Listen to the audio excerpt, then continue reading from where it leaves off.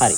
එතකොට අපි සාමාන්‍යයෙන් ප්‍රධාන අපි කොම්පස් එකක් පාවිච්චි කරද්දී දිශා තියෙන දැන් අංශක වලින් ගත්තොත් 360ක් තියෙනවා මේ වටේ ඩයල් එක.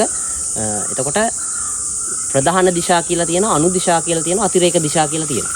එතකොට ප්‍රධාන දිශා කියලා ගත්තොත් අපි දන්නවා උතුර නැගෙනහිර දකුණ බස්නාහිර. ඒක තමයි ප්‍රධාන දිශා 4. එතකොට උතුර කියන්නේ අංශක 360 නැත්නම් බිඳුව, නැගෙනහිර කියන්නේ අංශක 90, දකුණ කියන්නේ අංශක 180, බස්නාහිර කියන්නේ අංශක 270.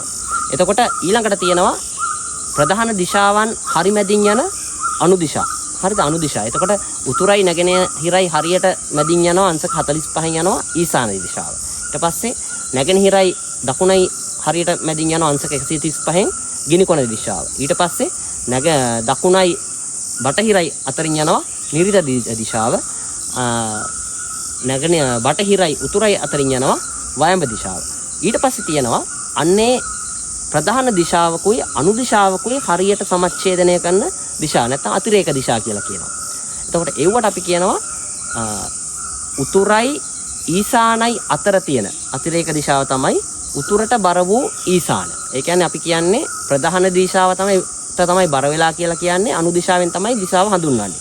එතකොට ඒ කියන්නේ උතුරයි ඊශානයි අතර දිශාවට කියනවා උතුරට බර වූ ඊශාන. නැගෙනහිරයි ඊශානයි අතර දිශාවට කියනවා නැගෙනහිරට බර වූ ඊශාන. ඊට පස්සේ ගිනිකොනයි නැගෙනහිරයි අතර දිශාවට කියනවා නැගෙනහිරට බර වූ ගිනිකොන. දකුණයි ගිනිකොනයි අතර එකට කියනවා දකුණට බර වූ ගිනිකොන. ඊට පස්සේ නිරිත දිගයි දකුණයි අතර එකට කියනවා දකුණට බර වූ නිරිත. බටහිරයි නිරිතයි අතර එකට කියනවා බටහිරට බර වූ නිරිත.